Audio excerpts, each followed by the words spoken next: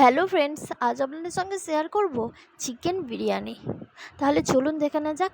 তার জন্য প্রথমেই একটা জায়গায় জিরে, ধনে, শুকনো লঙ্কা, জায়ফল, জৈত্রী, এলাচ, দারুচিনি ও কিছুটা পরিমাণে পেঁয়াজ নিয়ে নিয়েছি। তারপর মিক্সিং জারের মধ্যে লঙ্কা, জায়ফল, জৈত্রী ওই সব যে রেখেছিলাম পেঁয়াজ, জিরে, ধনে সমস্ত কিছু দিয়ে একটা মিহি পেস্ট করে নেব। তারপর এখানে মাংস ম্যারিনেটের জন্য আদা রসুন বাটা, নুন, হলুদ গুঁড়ো, লঙ্কা গুঁড়ো ও কিছুটা কাশ্মীরি লঙ্কার গুঁড়ো রেডি করে নিয়েছি।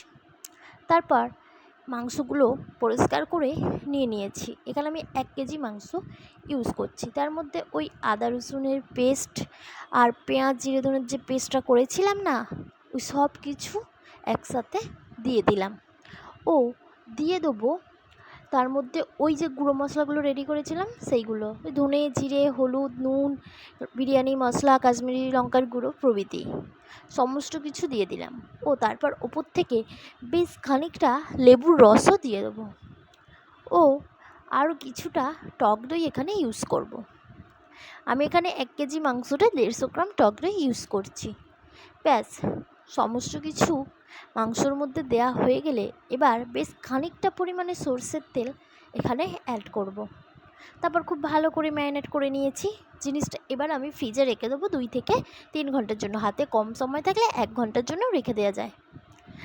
তারপর কিছুক্ষণ পর ফ্রিজ থেকে বার করে কিছুটা গোলাপ জল, কেওড়া জল ও 1 ফোঁটা মিঠা আতর দিয়ে আবারও ভালো করে একবার মিশিয়ে নেব। আর সেই সময় এইদিকে আমি এখানে আলু কিছুটা কেটে বসিয়ে দিয়েছি এবং জলে দিয়ে দিয়েছি হলুদ গুঁড়ো, কাশ্মীরি লঙ্কার গুঁড়ো, নুন, পেঁয়াজ বাটা, আদা বাটা, সামান্য টক দই আর কিছুটা পরিমাণে পেঁয়াজ বাটা দিয়ে খুব ভালো করে মাংসগুলোকে আলুগুলোকে 15 থেকে 20 মিনিট হাই ফ্লেমে খুব ভালো করে সিদ্ধ করে নিয়েছি। ও এইসব মশলা দেওয়ার কারণেই আলুর টেস্টটা বহুগুণ বেড়ে যায়। আপনারা এইভাবে অবশ্যই একবার ট্রাই করে দেখতে পারেন, আলুর টেস্ট আলাদা রকম হয়। ব্যাস আলু সিদ্ধ হয়ে গেছে। তারপর এইদিকে একটি হাঁড়িতে বেশ কিছুটা পরিমাণে সাদা তেল, নুন আর তার মধ্যে কিছুটা লেবু রস, তেজপাতা ও গোটা গরম মশলা দিয়ে দিলাম, যেমন এলাচ, দারুচিনি, লবঙ্গ ও একটি জয়িত্রী, তারপর শাহজিরা সব কিছু খুব ভালো করে দিচ্ছি। একটু শাহমরিচও দিয়েছিলাম। এদিকে চালকে ধুয়ে নিচ্ছি, ধুয়ে 1 ঘন্টার জন্য ভিজিয়ে রেখে দেবো। তারপর ওইদিকে যখন জল ফুটতে আরম্ভ করবে এদিকে মোটামুটি চালটাও 1 ঘন্টা ভিজে যাবে। চাল 1 ঘন্টা ভিজে যাওয়ার পর ওদিকে হাঁড়িতে জল ফুটে গেলে চালটাকে এবার ওই হাঁড়ির মধ্যে তুলে দেবো। 1 ঘন্টা পর জলটা ভালোভাবেই চালটা বেশ অনেকটাই লম্বা লম্বা হয়ে গেছে আর জলটাও ভালো করে ফুটে গেছে, তো বেশিক্ষণ লাগবে না এই ভাতটা হতে। ভাতটা আমি এখানে প্রায় ওই 70 থেকে 80% মতো করব। চাল দিয়ে খুব ভালো করে একবার নেড়ে নেবো ও নেড়ে নিয়ে অপেক্ষা করতে থাকবো চালটা 70 থেকে 80% হওয়ার জন্য। ততক্ষণে এদিকে কড়াইতে কিছুটা সাদা তেল গরম করে একদম জিরে জিরে করে কয়েকটা পেঁয়াজ কেটে নিয়েছি, সেগুলো এবার ওই তেলের মধ্যে দিয়ে দেবো। দিয়ে খুব ভালো করে বেরেস্তা করে নেবো। ও একটা কথা মাথায় রাখতে হবে, খুব ভালো করে নাড়তে হবে, নাহলে কিন্তু বেরেস্তা হবে না। বেরেস্তা হয়ে যাওয়ার পর তুলে নিলাম। তারপর ওই যে আলুগুলো সিদ্ধ করেছিলাম আলুগুলোকে ভেজে নেবো আর যে মাংসটা ম্যারিনেট করে রেখেছিলাম সেই মাংসগুলোকেও খুব ভালো করে ভেজে নেবো এপিট ওপিট। মাংসটা এমনিও করা যায়, বাট আমি একটু ভেজেই করি, এতে মাংসর টেস্টটা আরও বেশি হয়ে যায়। ব্যাস ওই তেলের মধ্যেই আরও কিছুটা সরষের তেল দিয়ে দেবো, দিয়ে এলাচ, জয়িত্রী, জায়ফল, দারুচিনি, শুকনো লঙ্কা, একটি তেজপাতা ফোড়ন দিয়ে ওই যে ম্যারিনেটের গ্রেভিটা ছিল সেটা দিয়ে দেবো। ব্যাস দিয়ে একটু ভালো করে মিশিয়ে নেবো। আর ওই বাটিটাতেও বেশ কিছুটা জল দিয়ে দেবো, দিয়ে একটু জল দিয়ে বাটির যে মশলাগুলো আছে ওগুলোকে জলের মধ্যে মিশিয়ে নেবো। এদিকে এই মশলাটাকে খুব ভালো করে একবার কষিয়ে নেবো।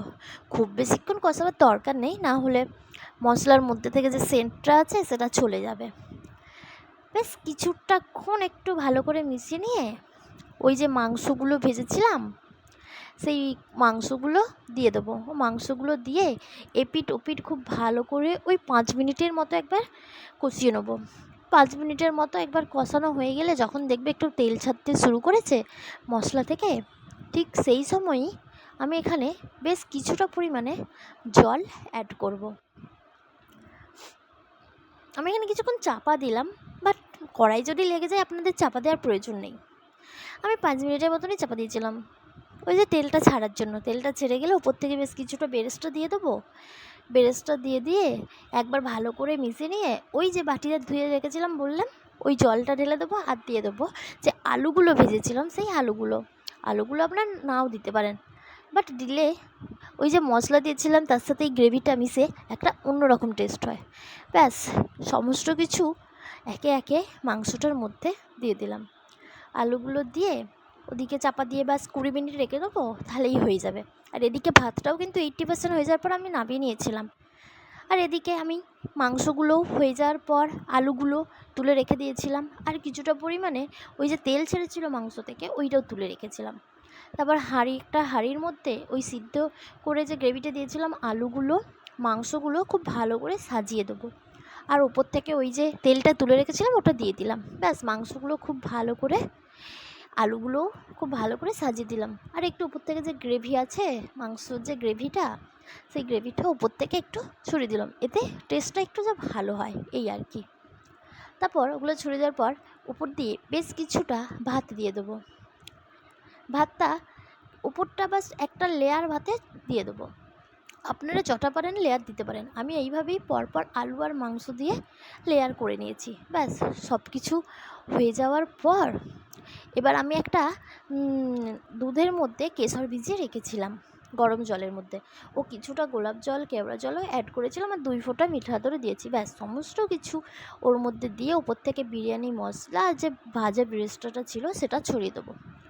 আর বেশ খানিকটা পরিমাণে ঘি উপর থেকে দিয়ে দিয়েছি। দিয়ে এটাকে আমি হাই ফ্লেমে প্রায় 10 মিনিট রেখেছিলাম। তারপর 20 মিনিট নর্মাল দমে রেখেছিলাম স্লো করে। 20 মিনিট পর দেখুন কতটা সুন্দর লাগছে। ব্যাস এইভাবেই আপনারা খুব সহজেই এই চিকেন বিরিয়ানি বাড়িতে বানিয়ে নিতে পারেন। আশা করি রেসিপিটা ভালো লেগেছে। ভালো লেগে থাকলে অবশ্যই লাইক কমেন্ট শেয়ার এবং আমার এই স্বাদে আহ্লাদের চ্যানেলটিকে একটি সাবস্ক্রাইব করে নেবেন। ধন্যবাদ।